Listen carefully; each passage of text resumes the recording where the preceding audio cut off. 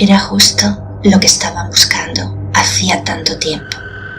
Una casa espaciosa, soleada y con un hermoso jardín en el que se levantaba un enorme árbol rodeado de rosales con hermosas rosas blancas.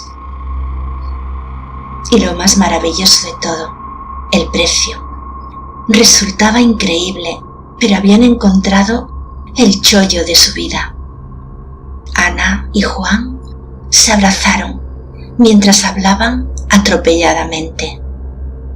Ana: cariño, por fin hemos encontrado lo que tanto esperábamos.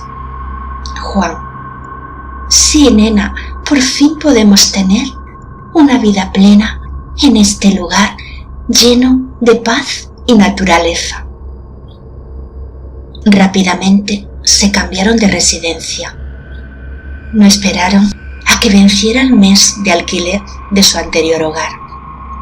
Los primeros meses en el nuevo hogar fueron para Ana de puro ajetreo: colocar cortinas, pintar las paredes un tanto desgastadas por el tiempo, pulir los cristales y otros quehaceres propios de un cambio como el que acababan de hacer. Juan, por su parte, cuando llegaba de la oficina, se dedicaba a cavar en el jardín para preparar la tierra. Quería plantar algunas hortalizas. Habían decidido que sería mitad jardín, mitad huerto biológico.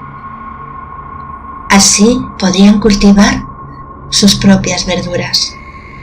Como cada año, al llegar el día de Todos los Santos, Ana detuvo todos los quehaceres para cumplir con lo que cada año hacía religiosamente: ir a la tumba de su madre, a llevarle un ramo de flores y rezar por su alma. Aquel año iba a ser especial. No compraría las flores en cualquier floristería. Iba a llevar sus propias rosas. Había tantas alrededor del gran árbol, hermosas y blancas como la nieve. Se levantó temprano. Quería hacer un hermoso ramo de flores frescas y fragantes y atarlas con un lazo azul de seda en el que escribiría en letras doradas: nunca te olvidaré. Tomó la tijera entre sus manos y desprendió la primera rosa de su tallo. Fue en ese instante cuando sintió una oleada de pánico al notar las manos llenas de sangre húmeda y fresca. Era como si hubiera cercenado la cabeza de un ser humano. Se podía oír un llanto quejumbroso que provenía del interior de la tierra donde la raíz de la hermosa flor se alimentaba.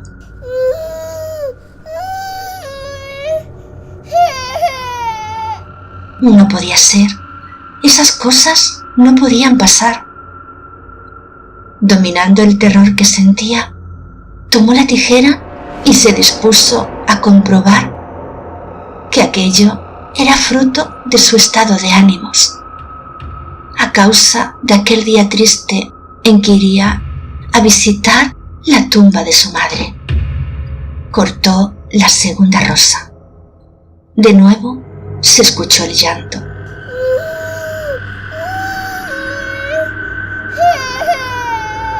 La sangre empezó a fluir por el tallo cercenado hasta formar un charco en el suelo a los pies de Ana.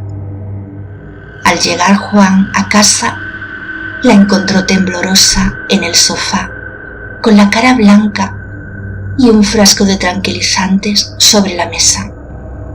¿Qué te ocurre, cariño? ¿Por qué estás en este estado?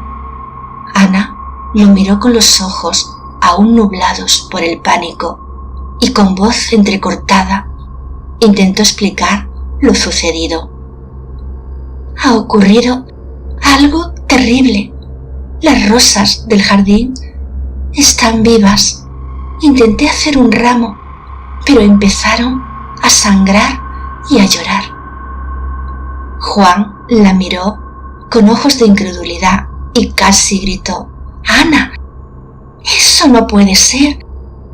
Tiene que haber una explicación lógica». «No tiene ningún sentido lo que dices». Después de estas palabras, se dirigió al jardín para comprobar que efectivamente la tierra que rodeaba los rosales estaba ensangrentada. Sin poder dominar la sorpresa, tomó una pala y empezó a excavar para ver qué producía aquel extraño suceso. Al cabo de un rato, y tras levantar bastante tierra, consiguió llegar a las raíces de las plantas. Entonces paró en seco al escuchar una voz infantil convertida en un canto monótono. «Mamá nos mató, mamá nos enterró, y rosas blancas sobre nuestros cuerpos plantó». La canción se repetía una y otra vez, entre gemidos. Juan podía sentir cómo el terror recorría todo su cuerpo, pero aún así continuó excavando. Por fin llegó a algo que parecía un pequeño cráneo, una mano y el torso. Aquello no tenía explicación lógica. Esa misma tarde llamaron a la policía y empezaron las pesquisas. Hacía 10 años, antes de que la casa estuviera deshabitada. Había vivido en ella una mujer llamada Nadia.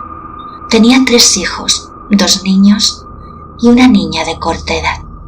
Nadia había denunciado el rapto de sus hijos, de los que jamás se supo nada. Todo quedó archivado y ella se marchó del lugar como si jamás hubiera habitado en él. En los titulares de los periódicos se podía leer en primera página: «Se busca madre asesina, paradero desconocido. Se ofrece recompensa por cualquier información veraz que puedan facilitar». Los niños recibieron sepultura en el cementerio del pueblo. Juan y Ana se marcharon a un apartamento de 30 metros cuadrados en pleno centro de la ciudad, rodeados de cemento y asfalto.